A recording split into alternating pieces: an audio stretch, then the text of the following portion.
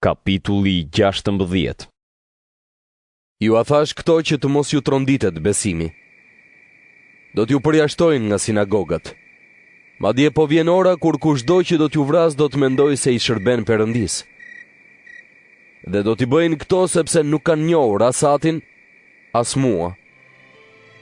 Por këto gjëra ju a thash që kur të vijë koha, t'ju kujtohet që unë ju a kam thënë. Nuk ju a thash këto që në fillim me qenë se isha me ju, por tani po shkoj tek ai që më dërgoi. Dhe asnjëri nga ju nuk po më pyet, ku po shkon? Madje zemra juaj është mbushur me trishtim, nga që ju thash këto gjëra. Por unë po ju them të vërtetën. Është më mirë për ju që unë të shkoj, sepse po nuk shkova unë, ngushëlluesi nuk do të vite ju, ndërsa po të shkoj, atëhere do t'ju a dërgoj. Kur të vija i do t'a bind botën se është fajtore në lidhje me mëkatin, drejtësinë dhe gjykimin. Në lidhje me mëkatin sepse nuk beson në mua. Në lidhje me drejtësinë, sepse unë po shkoj tek Ati dhe nuk do të më shihni më. Në lidhje me gjykimin, sepse princi i kësaj bote është gjykuar. Kam edhe shumë gjëra të tjera për t'ju thënë, por tani nuk mund t'i mbani. Po kur të vijë shpirti i së vërtetës, ai do t'ju drejtojë tek e gjitha e vërteta. Ai nuk do të flas nga vetja, por do të flas ato që do të dëgjoj dhe do t'ju njoftoj gjërat që do të ndodhin. Ai do të më përlëvdoj, sepse do të marr nga gjërat e mia dhe do t'ju lajmëroj. Gjithçka që ka Ati është imja.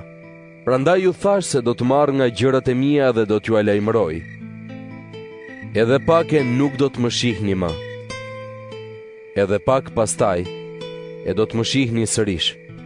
Disa nga dishepujt i thanë njëri tjetrit: "Ç'është kjo që na thot? Edhe pak e nuk do të më shihni më. Edhe pak pastaj e do të më shihni sërish. Apo unë po shkoj tek Ati." Ata thoshin: "Ç'është kjo edhe pak që thot? Nuk po kuptojmë çfarë thot."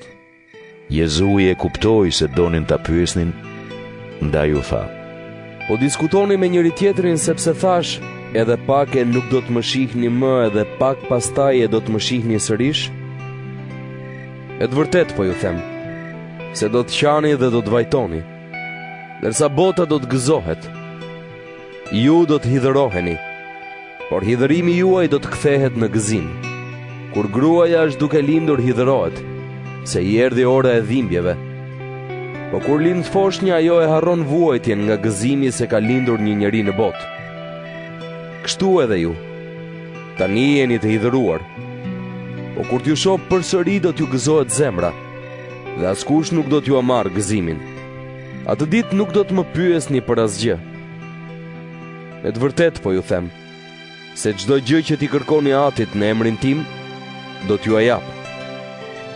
Deri tani nuk keni kërkuar asgjë në emrin tim. Kërkoni dhe do të merrni, që gëzimi juaj të jetë i plot.